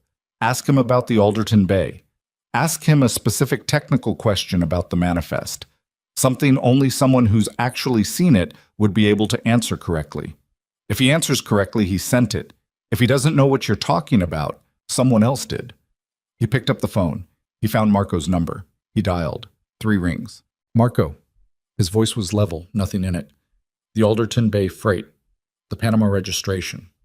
I need the Port Authority stamp number on the primary manifest. My records are incomplete. A pause on the line, longer than a routine memory check. I'd have to pull the file, Marco said. It's not something I have off the top of... The stamp number, Alessio said. Just that, quickly. Another pause. Then Marco said a number. Alessio looked at the paper in front of him. The stamp number on page 1. He compared them digit by digit. It matched. He ended the call without responding. He set the phone down. He sent it, she said. He sent it. She looked at the schematic of the Harborview complex, the circled room. Then the threat is real. The threat is real, he said. And I have 72 hours and a family that's already fractured, and a summit I cannot afford to miss, and a nephew who has apparently decided that the cleanest solution to losing a negotiation is to end the other party's ability to negotiate. She looked at him. The lamp was throwing the same warm light it had thrown the previous night, and his face in it was tired in a way she hadn't seen before. Not physically, but in the manner of someone who has spent decades building something and is now watching the most immediate threat come from inside the walls. You're going to go anyway, she said. It wasn't a question. I can't not go. I know. She paused. But not the way you'd planned. Not your standard security configuration, not the same delegation.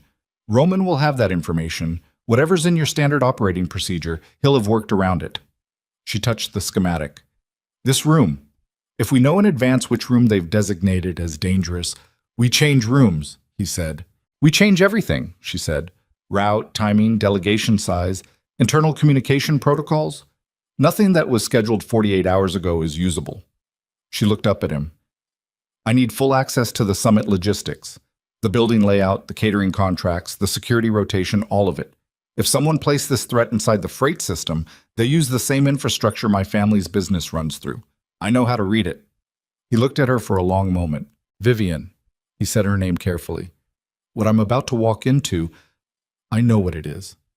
You don't have to be part of this. She looked at him steadily. The seed pearls were gone. She was in borrowed clothes, no jewelry, her hair pulled back simply, and there was nothing ceremonial about how she looked right now. Nothing that suggested the woman who'd stood in a wedding gown the previous night.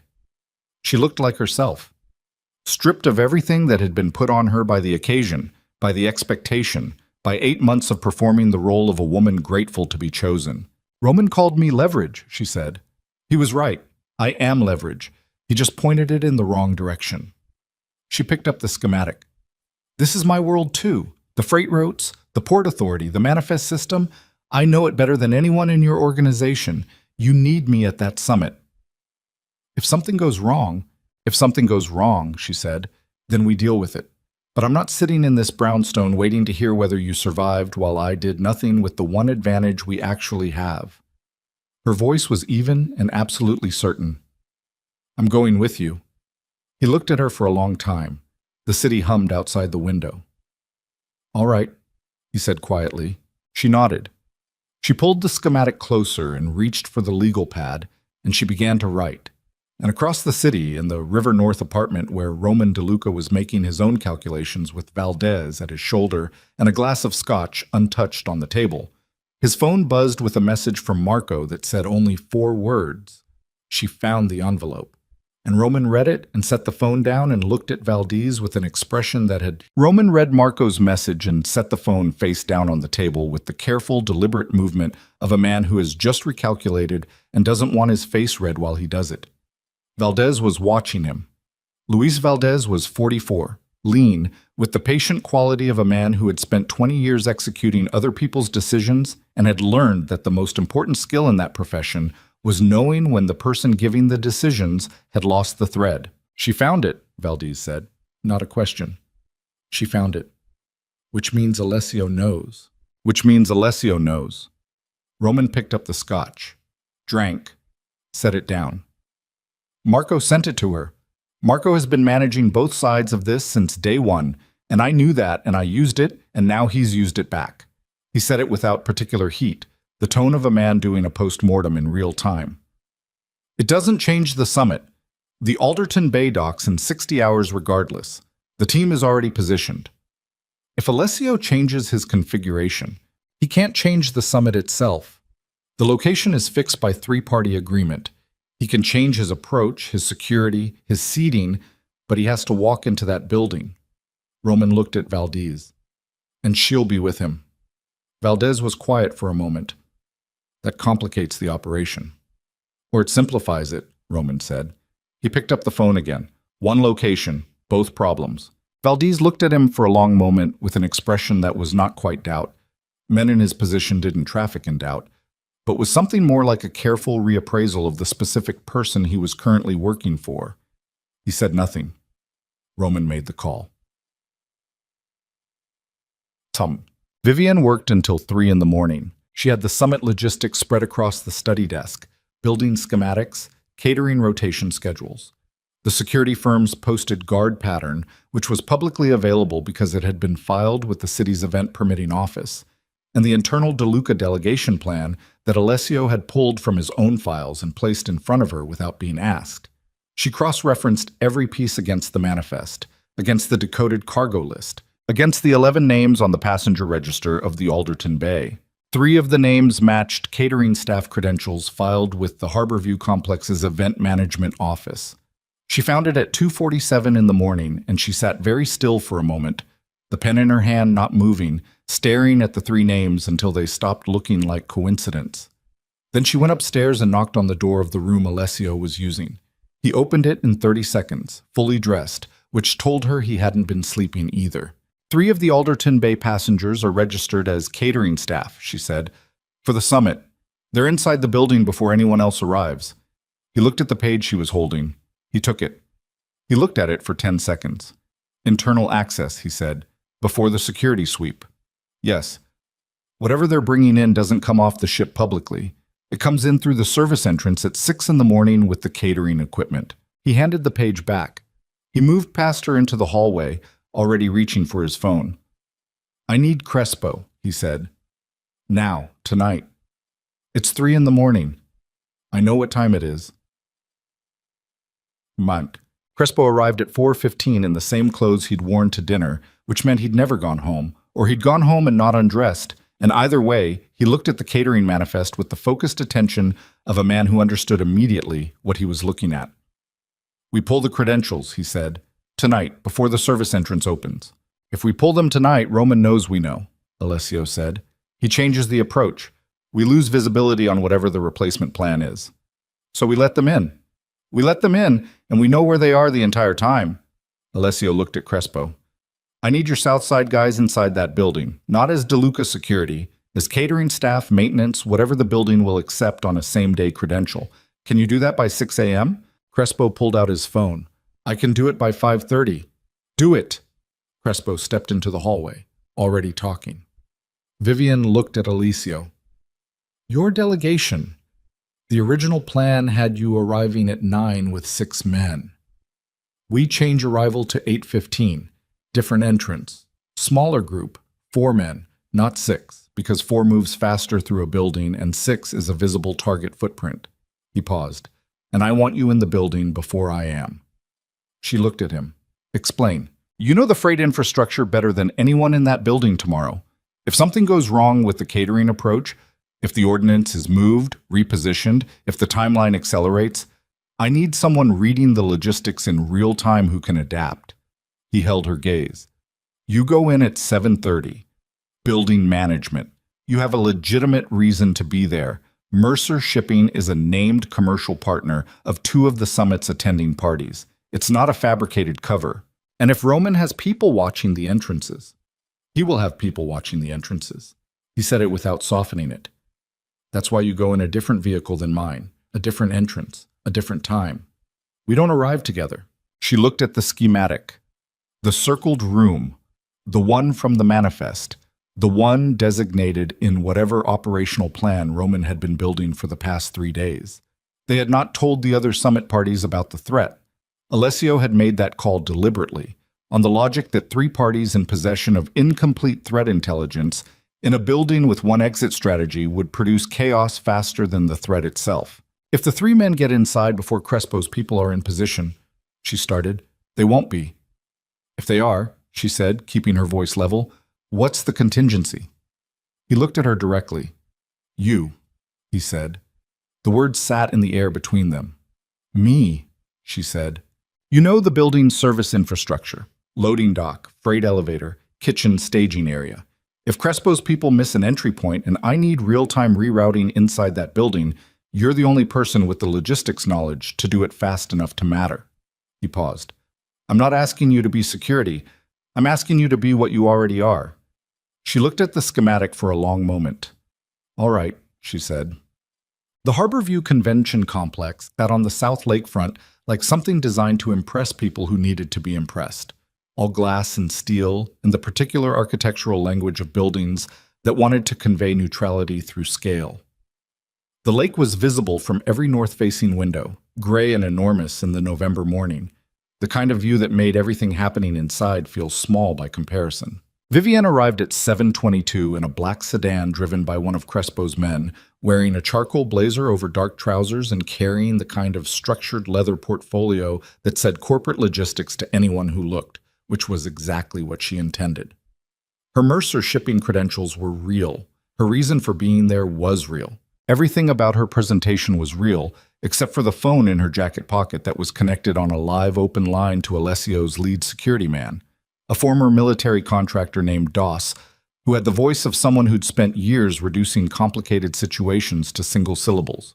The service entrance was on the building's west side, accessible from the loading dock that ran along the back of the complex. She went through the main entrance, showed her credentials, signed in under her legitimate name. The woman at the desk looked at her name, looked at her face, and waved her through with the mild disinterest of someone who had been processing arrivals since 6:30 and was already tired of it. Inside, the building smelled like fresh coffee and floor wax, and the specific anxiety of an event that had not yet begun, but was already too important for anyone involved to be comfortable. She went to the building management office on the 2nd floor. She introduced herself to the facilities coordinator, a small, tightly wound man named Everett, who was deeply relieved to have someone from a commercial partner arrive with organized documentation. She asked him about the catering staging schedule. She asked about the service freight elevator. She asked specifically about the kitchen staging area on the basement level, framing it as a logistics coordination question about how the Mercer shipping affiliated products being served at the afternoon reception were being handled. Everett showed her the staging schedule. She looked at the 3 catering staff names she'd memorized the previous night.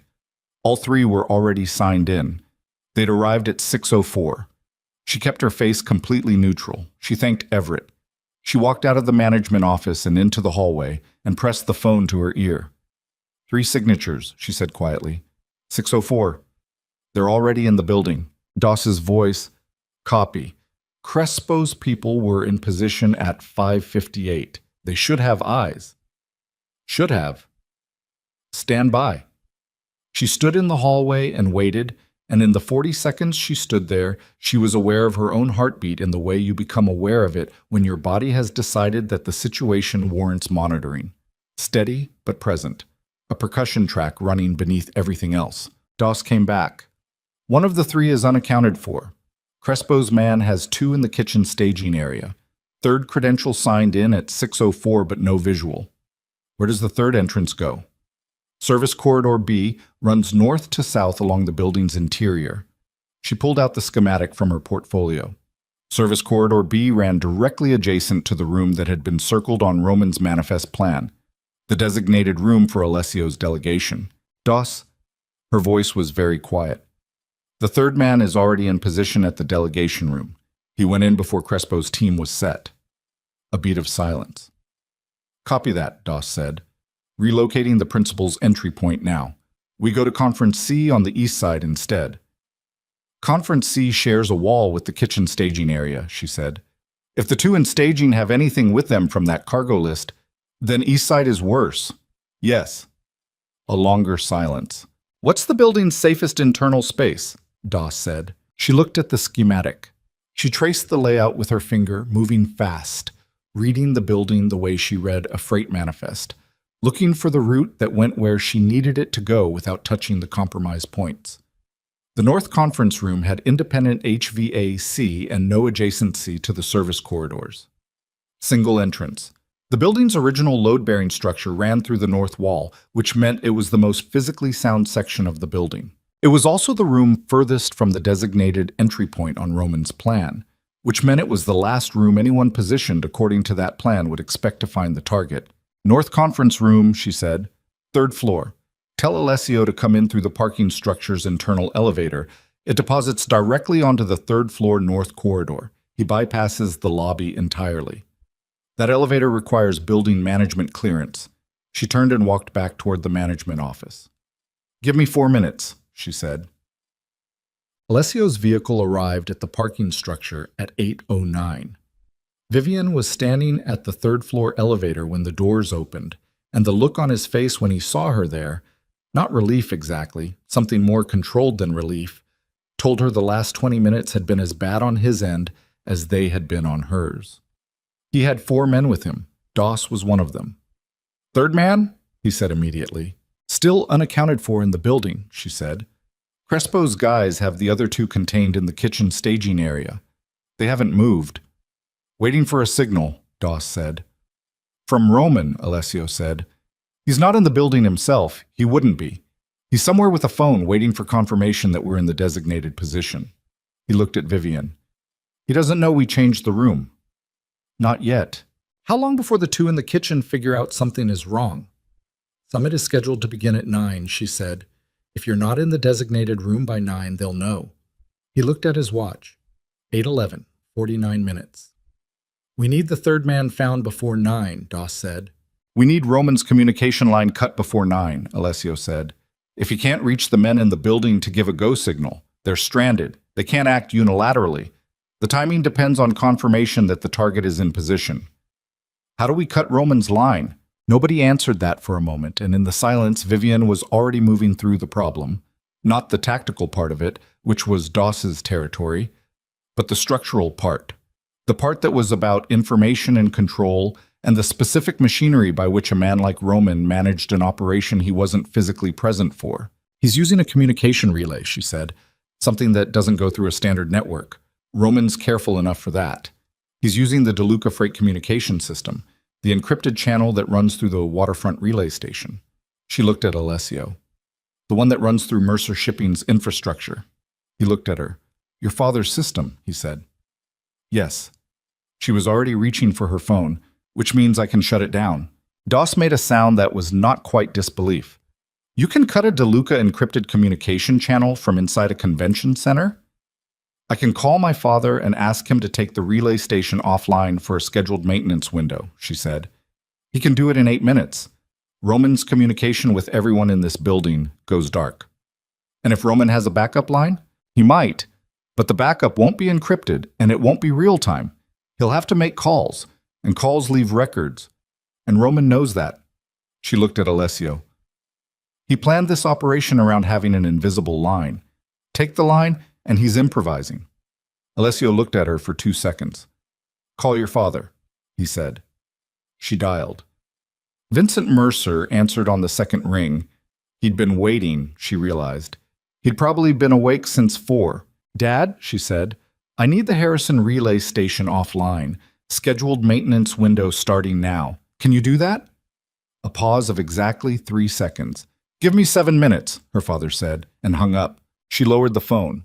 Around her, Doss was relaying instructions into his earpiece. Alessio's men were repositioning along the 3rd floor corridor. The building below them was filling with the ambient sound of a summit arriving. Voices, footsteps, the front desk processing credentials, all of it normal and purposeful and completely unaware of what was running underneath it. 6 minutes and 40 seconds later, in a River North apartment where Roman DeLuca sat with a glass of water and a phone, the encrypted channel that he'd been monitoring went silent. He looked at the screen. He tried to reconnect. Nothing. He called Valdez on a secondary line. Something's wrong with the relay. I've lost contact with the building. Valdez, who was parked 2 blocks from the Harborview complex in a rental car, said, Sending someone in. Don't, Roman started, but Valdez had already ended the call, and Roman sat in the River North apartment with a dead encrypted line and the specific cold feeling of a man watching a plan he'd spent 3 weeks building begin to come apart at a seam he hadn't known was loose, and he did the only thing left to do. He got in a car. He drove toward the lake. Doss found the 3rd man at 8:41. He was in the service corridor adjacent to the original delegation room, positioned behind a utilities panel with the kind of compact professional stillness that said everything about his training and nothing about his particular assignment today going according to plan. He was alone.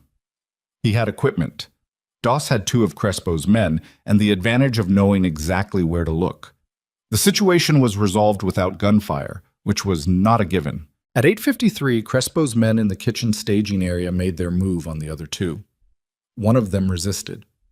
There was a brief, brutal altercation in the basement of a convention center on the South Lakefront of Chicago, while 12 floors above, the opening session of a 4-party organized crime summit began with the kind of procedural formality that these things always began with, the attending parties unaware of what had just happened in their building's basement.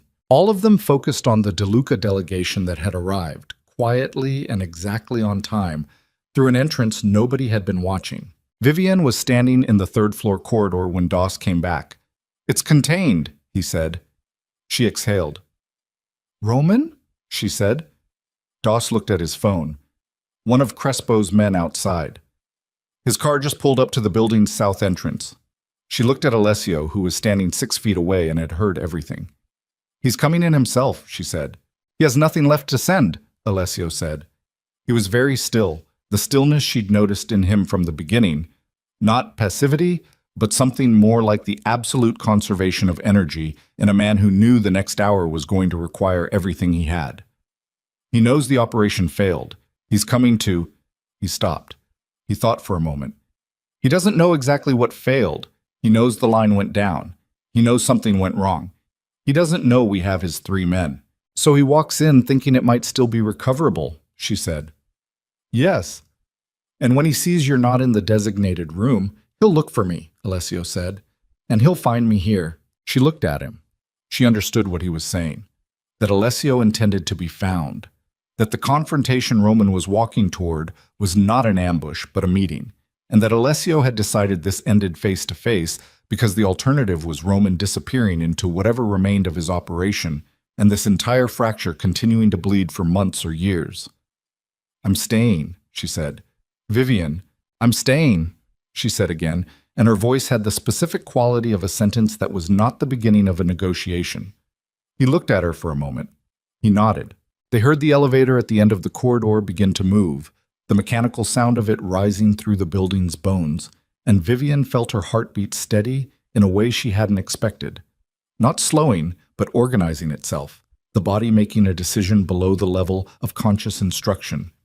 And she thought of standing in the rain outside a hotel, of a 4-inch gap in a door, of the ring on a marble table, and all of it felt very far away and very close simultaneously. The distance between the woman she'd been 48 hours ago and the woman standing in this corridor, not measurable in any unit she could name, but real nonetheless. As real as the elevator cable pulling its load upward. As real as Roman DeLuca's footsteps that she could already hear coming down the hall toward the moment that Roman DeLuca came around the corner of the third-floor corridor at 8:57 in the morning and stopped.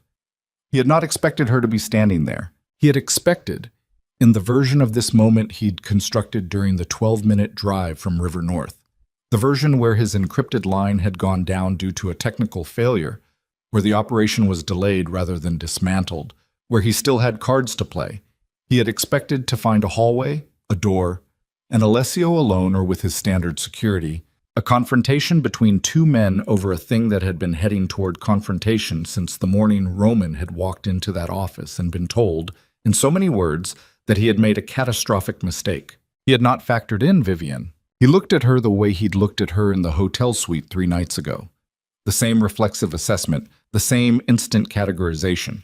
Except this time, something in the calculation didn't resolve cleanly. She was standing in the third-floor corridor of the Harbor View Convention Complex in a charcoal blazer with a leather portfolio under her arm and her feet planted at shoulder width and her face carrying an expression he had never once seen on her during 8 months of engagement and 1 night of marriage.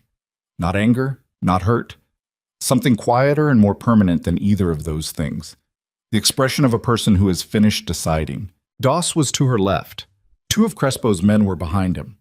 Alessio stood slightly back and to her right, which was a positioning Roman registered and filed away in the 3 seconds it took him to cross the distance from the elevator to where they stood. He looked at his uncle. "It's over," Alessio said. Simple. No theater in it. Roman looked at the corridor. He looked at the men. He was doing the arithmetic that men in his position did automatically. Exits, numbers, odds, and the arithmetic was not resolving in his favor, and he knew it, and the knowledge moved across his face briefly before he locked it down. "Where are they?" he said. "Contained," Doss said. Roman looked at Vivian. "You shut down the relay." "My father shut down the relay," she said. "I asked him to." Something moved in his jaw. "You had no right to access that system." "The relay runs through Mercer shipping infrastructure," she said. "My father has every right to take his own equipment offline. What you don't have the right to is using it to coordinate an assassination in a building full of people who came here in good faith." She paused. "Including your uncle." Roman looked at Alessio. "They were supposed to take you out of the summit equation, not permanently. A warning, something that—" "Roman." Alessio's voice was quiet and entirely without heat, which was somehow worse than if he'd shouted. "Don't." "Don't what?" "Don't explain what actually—" "Don't tell me it was a warning." He took 2 steps forward, closing the distance between them to something personal, something that required both men to hold their ground or step back, and neither of them stepped back. "I've been in this business for 32 years. I know the difference between a warning and 3 men with equipment from an unregistered military cargo manifest. Don't stand in this hallway and tell me you sent a warning." Roman said nothing. The silence in the corridor had a specific quality. The building humming below them, voices from the summit floor drifting up through the stairwell. The lake visible through the window at the far end of the hall, gray and vast and completely indifferent. "The 3 men," Roman said finally. "They're professionals. They'll say nothing." "I know they'll say nothing," Alessio said. "That's not the issue." "Then what is the issue? You want me to apologize? You want—" "I want you to understand what you did." Alessio's voice was still quiet, but there was something in it now, a weight, the specific weight of a man saying something he has been carrying for longer than the current conversation. "Not to me. Not even to the summit." What you did to yourself. He looked at his nephew, and Vivian, watching from 2 feet away, saw in that look something she hadn't expected. Something that was not coldness, but its exact opposite. A man genuinely grieving a thing while also being absolutely clear-eyed about it. I gave you everything I built, piece by piece over 6 years, because I believed you were capable of holding it. And you spent those 6 years treating every person around you as an instrument, your captains, your wife. He paused. Me. Roman's face had gone through several things in the last 30 seconds. It was currently doing something complicated. Not guilt exactly, not the performed remorse of a man calculating what display of contrition was most strategic, but something rawer and less managed, the look of a person hearing a true thing from someone they actually loved, regardless of everything. You chose her over me, Roman said. His voice had changed. It was lower, stripped of the careful professional register, and what was underneath it was younger and considerably less controlled. That's what this is. You looked at this, at her, and you chose her over family. I chose integrity over expedience, Alessio said. She happened to be standing on the right side of it. She's nobody. She was a contract. Don't. The word came from Vivian, quiet and flat, and Roman turned to look at her, and something in her face stopped whatever he'd been about to say. She took one step toward him. You've said that enough. In a hotel room, to a phone. In this building, to your uncle. I've heard every version of it. She looked at him steadily. And every time you say it, you're telling me exactly how small the world is inside your head. A world where a woman is either useful or invisible. Where what I weigh is more relevant than what I know. Where the person you underestimated the most was standing next to you for 8 months, and you never once looked at her long enough to see what was actually there. She paused. I shut down your relay, Roman. I read your manifest. I mapped your operation. I rerouted your target, and I did it in 72 hours with resources you didn't think to account for because you never thought to account for me. That's the mistake. That's the one that ended this. Roman stared at her. The arithmetic was still running in his face. She could see it, the last calculations of a man trying to find the play that got him out of this corridor with something intact. And one by one, she watched the options close, the exits seal, the numbers come up wrong, and the moment when he understood that there were no more moves had a particular quality, a specific, almost physical deflation, like pressure releasing from something that had been holding too much for too long. He looked at Alessio. What happens now? He said. Not a question. A request for information. Alessio was quiet for a moment. You walk out of this building, he said, voluntarily, today. And you don't come back to any DeLuca operation, any DeLuca asset, any DeLuca name in any contractual or commercial capacity. He paused. Your personal accounts are untouched. Your property is your own. You leave Chicago and you build whatever you can build somewhere that isn't here, and you do it without this family's name or this family's infrastructure. And the men downstairs? Released, quietly. The summit parties don't need to know what happened in their basement. That benefits no one. He looked at Roman. I'm not your enemy. I never wanted to be. But I won't pretend the last 3 days didn't happen, and I won't pretend the last 8 months didn't happen, and I won't hand you back an empire you tried to take through a woman you humiliated and an assassination you authorized. His voice was even and final. This is what I'm offering. Take it. Roman looked at the corridor for a long moment. At Doss. At Crespo's men. At the window with the lake behind it, the November light coming through flat and gray and without comfort. He looked at Vivian one last time. She met his eyes and held them, and did not look away, and did not soften, and did not give him anything. Not contempt, not satisfaction, not the visible wound he might have taken some consolation from. She simply looked at him the way you look at a fact, clear, complete, already in the past. He turned. He walked to the elevator. He pressed the button. The doors opened and he got in, and the doors closed, and Vivian watched the floor indicator descend. 3, 2, 1. And then she exhaled slowly through her nose and became aware that her hands, held still at her sides throughout the entire conversation, were very slightly trembling. She didn't move to hide it. Alessio looked at her. He looked at her hands. He said nothing about it. Go finish the summit, she said. He looked at her for a moment. Are you all right? He asked. It was the first time in 4 days that he had asked her that specific question in those specific words. She thought about the answer, not performing thought, but actually sitting with it for the 3 seconds it took to know. "Yes," she said. "Go." He went. Trot. She found a chair in an empty meeting room at the end of the corridor, and she sat in it for 20 minutes. She didn't cry. She had established, over the course of 4 days, that she was apparently not going to cry about this, which was either a sign of her remarkable composure or a sign that the grief was taking a form she hadn't learned to recognize yet. She sat in the chair and looked at the lake through the window and let the last 4 days move through her in sequence. The hotel suite, the rain, the study in Wicker Park, her father's voice at 2 a.m, the meeting with Crespo, the schematic with its circled room, the corridor, Roman's face when he understood it was over. She thought about the ring she'd left on the marble table in the presidential suite. She wondered if it was still there or if housekeeping had found it. She thought, briefly, about Celeste, her cousin, who had sent 3 unanswered text messages in the past 48 hours. Messages she hadn't opened because there was no version of that conversation she had the capacity for right now. That conversation would happen eventually. It would be hard, and it would leave a permanent mark on something that had never been particularly sturdy to begin with. And then she and Celeste would find a way to exist in the world as people who shared a family and a particular piece of terrible history, or they wouldn't. And either way, it would be true. She picked up her phone. She called her father. "It's done," she said when he answered.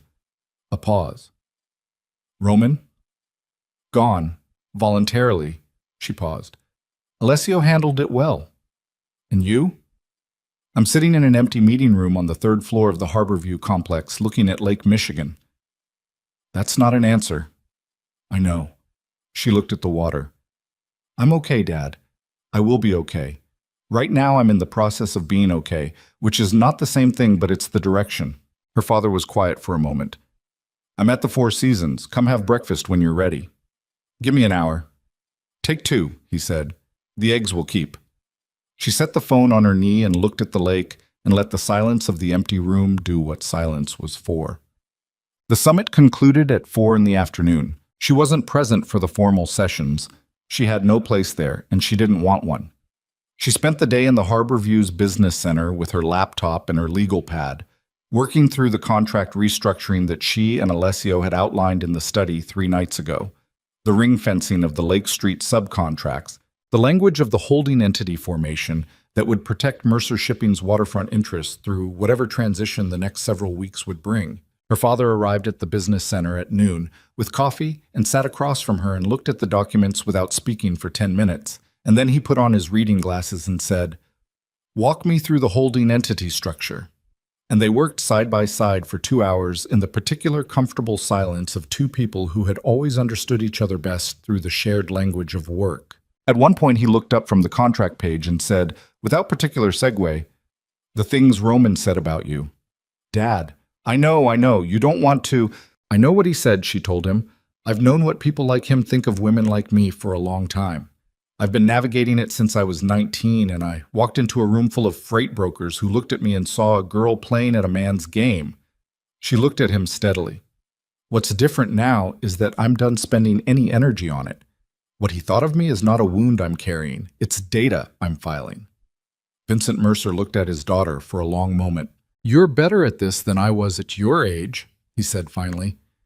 "I had a good teacher," she said. "Now help me with this indemnification clause because the language is ambiguous and it's going to cause problems in 18 months if we don't fix it." He put his glasses back on. They fixed it. All. Alessio found her at 6 in the evening in the lobby, where she was standing at the floor-to-ceiling windows watching the last of the summit attendees filter out toward their waiting cars. He had the look of a man who had spent 8 hours in formal negotiation and come out the other side with the specific exhaustion that came not from the difficulty of the work, but from the sustained performance of equanimity required to do that work, regardless of what had happened in the 48 hours preceding it. He came to stand beside her at the window. Neither of them spoke for a moment. "The summit," she said, "concluded successfully." He loosened the knot of his tie with one finger, a small gesture that somehow read as the most human thing she'd seen him do. 3-year agreement. Commercial freight framework. Everything it was supposed to be. Good. A pause. Crespo's formally across, he said. He made that decision this afternoon. Valdez has gone quiet. Left Chicago this morning, apparently. Whether he follows Roman's lead or builds something new somewhere else is his choice to make. She nodded. Marco? She asked. Marco is... He paused, searching for the word. Marco managed a complicated situation in the only way he could see to manage it. He gave you information that saved this operation. He also spent 2 weeks running intelligence to both sides. He looked at the window. I told him he had a week to decide where he stands, and then I needed to know. Fair, she said. Another silence. Outside, the evening was coming down over the lake, the water going dark, the city lights beginning to assert themselves against the dusk. They stood side by side and looked at it, and the silence had the quality of two people who had been through enough in a short span of time that the silence itself had become a form of communication. What happens now? She said. He turned to look at her. What do you want to happen? She considered it seriously, the way the question deserved. Not the reflexive answer, not the strategic answer, but the actual one. I want to go back to work, she said. The contract restructuring is mostly done. I want to finish it. I want to formalize the waterfront arrangement with Mercer Shipping on terms that are transparent and equitable. I want to rebuild what Roman's plan damaged before it damaged it fully. She paused. And I want to do it as myself, not as your arrangement, not as the woman Roman discarded, as the person who actually knows how to do the work. He looked at her. That's what I want too, he said. She looked at him then, really looked. The same quality of attention she'd been aware of him giving her from the very beginning, except now it was reciprocal. Now she had 4 days of actual knowledge to bring to it rather than 2 brief conversations and a reputation. She saw the tiredness in him, genuine and unperformed. She saw the steadiness underneath it, the quality that hadn't changed in the entire duration of the crisis. Not because he was unaffected, but because being affected and remaining steady were, for him, not contradictory. She saw a man who had told her 3 nights ago in a study that he made his arrangements honestly, and who had then done exactly that, at considerable cost, without asking her to witness it or be grateful for it. The civil marriage, she said, the filing Alessio's attorney started, can be formalized or dissolved, he said, entirely your choice. There is no arrangement that requires you to remain in it if you don't want to. She was quiet for a moment. I don't want to remain in something because it's convenient, she said slowly. I had that. It was the worst 4 days of my life. She paused. But I also don't want to walk away from something because I'm afraid it might become convenient. She met his eyes. So I want to do this slowly, whatever this is. I want to do it honestly and without pressure, and I want to know, at every point, that I'm choosing it rather than falling into it. He nodded. That's reasonable. It's not very romantic, she said. No, he agreed. It isn't. She almost smiled. Not quite, but almost. The first real movement of something light in her face since the hotel suite 3 nights ago. Okay, she said. Okay, he said. But 3 months later, the DeLuca waterfront operation was the cleanest it had been in a decade. Not because the world around it had gotten simpler. It hadn't. The fracture in the family structure that Roman's departure had opened took longer to close than anyone had estimated. And there were nights when Alessio came home from meetings looking like a man who had spent the day holding a wall up with his bare hands. There were contract disputes and personnel decisions, and the slow, painstaking work of rebuilding trust with men who had watched the center of their organization crack under the weight of a 24-hour crisis and needed not reassurance, but evidence. Vivienne gave them evidence. She showed up. Every meeting she was supposed to be in, she was in. Every document she was supposed to have read, she had read, annotated, and improved.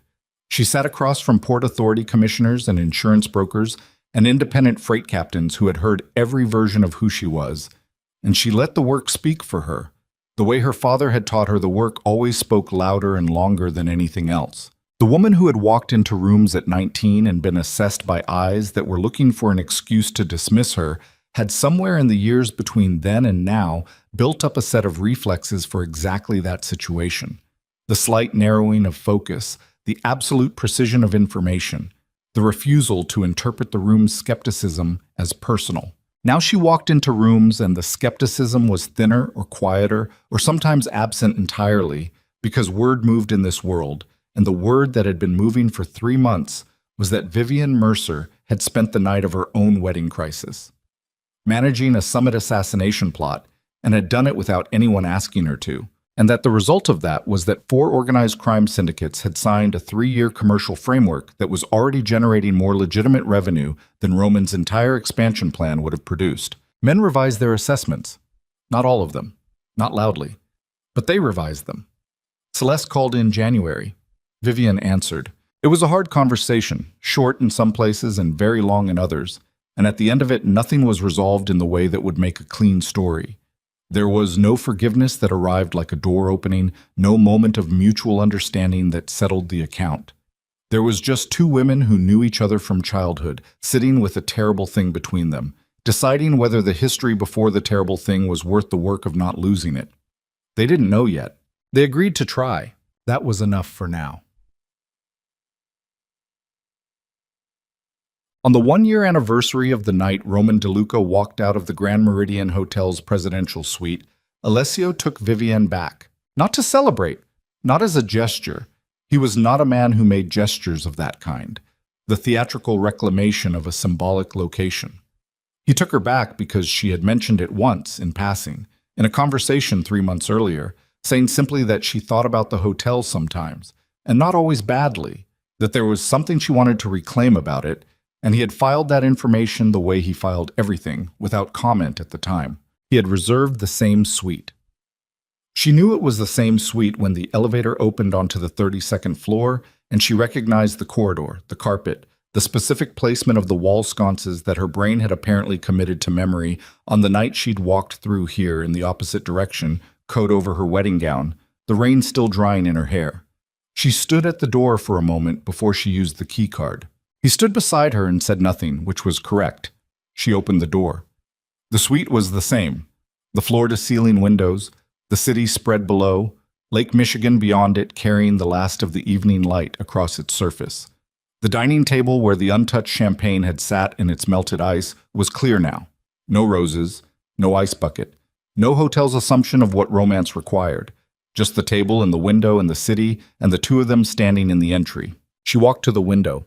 She looked at Chicago. She thought about a woman in a wedding gown standing on the sidewalk in the rain, with nothing in her hands and no clear direction, and the specific fury of someone who has been accurately read as disposable by a person who turned out to be too small to see what they were disposing of. She thought about what that woman had done with the next 4 days. She thought about the study in Wicker Park, and the legal pad, and the Harborview corridor, and her father's voice over coffee, and the meeting room with the view of the lake, and Crespo's almost smile, and the relay station going dark. She thought about Roman's face in the corridor. You rejected my value. That's the mistake that destroyed you. She had not said those words to him in the end. She had not needed to. The evidence had said it more clearly than any speech. Alessio came to stand beside her at the window. He reached into his jacket pocket, and he held out his hand, and on his palm was a ring. Simple, plain. A band of white gold without ornamentation. Nothing like the diamond that had sat on the marble table in this room a year ago. She looked at it. She looked at him. I'm not making a speech, he said. You know what I think of you. You've known it since the first night in the study, and I've shown it every day since then in whatever way I was capable of showing it, which is not always the most expressive, but is always the most honest I know how to be. She looked at the ring. Is this a strategy? She said. No. A transaction? No. Then what is it? He looked at her steadily. A choice, he said. Freely made. She took the ring from his palm. She held it for a moment, the weight of it slight and real in her fingers, and she thought about weight. The weight of the diamond she'd placed on his desk a year ago. The weight of the morning after. The weight of the work of 3 months. The weight of becoming something she hadn't had a name for yet on the night she'd walked into the rain. She slipped it onto her finger. It fit exactly. She didn't ask how he'd known the size. She suspected Elena had something to do with it, and the thought made something warm move through her chest. The small human comedy of it, The housekeeper who had appeared on the worst night of her life with a bathrobe and borrowed clothes and complete, unflappable competence. Outside, Chicago moved in its perpetual way. The traffic, the lights, the lake shifting its enormous weight in the dark.